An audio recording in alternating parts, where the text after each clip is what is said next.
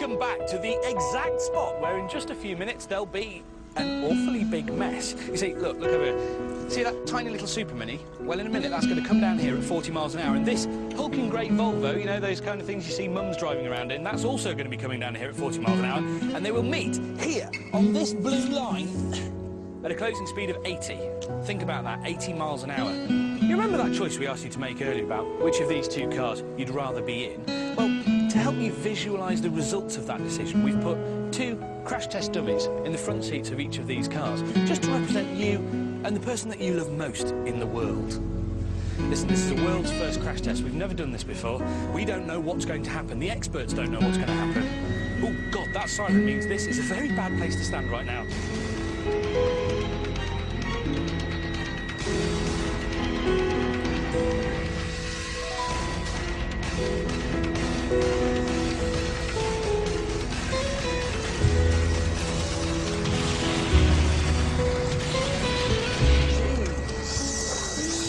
Jesus, monkey.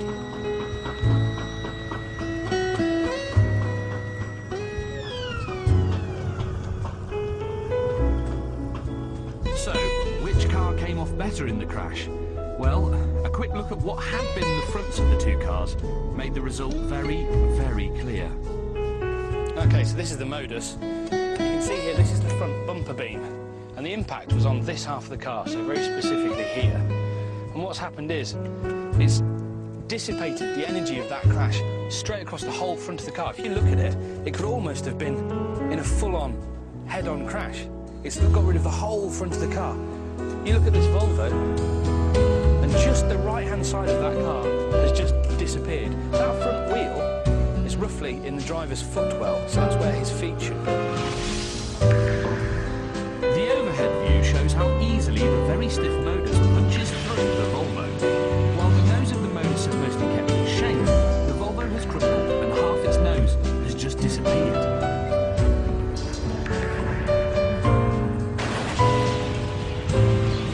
It's extremely hard to make small cars safe, but the modus is constructed using very high-strength steel that channels the energy through the sides and subframe rather than the occupants.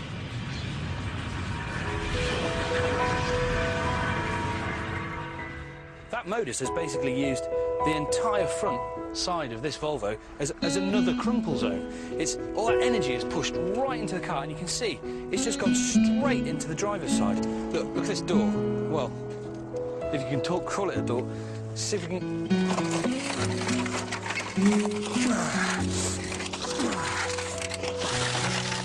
Right, come here. Look. It's pushed the whole of the front of the car up into here. The dash has moved backwards. You can't even see his feet. That means his legs have been crushed, serious lower leg injuries. All of the steering wheel's moved. Obviously, there's no airbag, so the chances are he's probably impacted the steering box, which is head injuries. If a fireman came to cut him out of here, this is a job where they're going to be cutting him out. It's really a bit of a mess.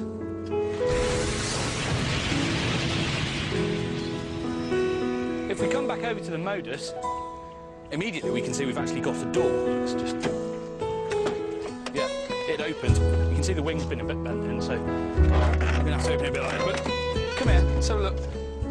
You can see that there's been much less intrusion. This guy's completely got his lower legs. It looks like he'll be able to walk out here. He may have some lower leg injuries, but they're a lot less severe than the person in the Volvo.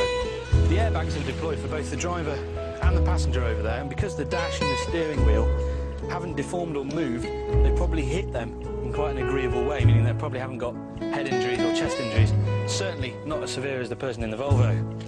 NCAP star ratings are only considered relevant when comparing cars of a similar size, as traditionally the heavier car is always deemed to hold the advantage in a head-on crash. In this test at least, we've shown it may be time to rethink that convention.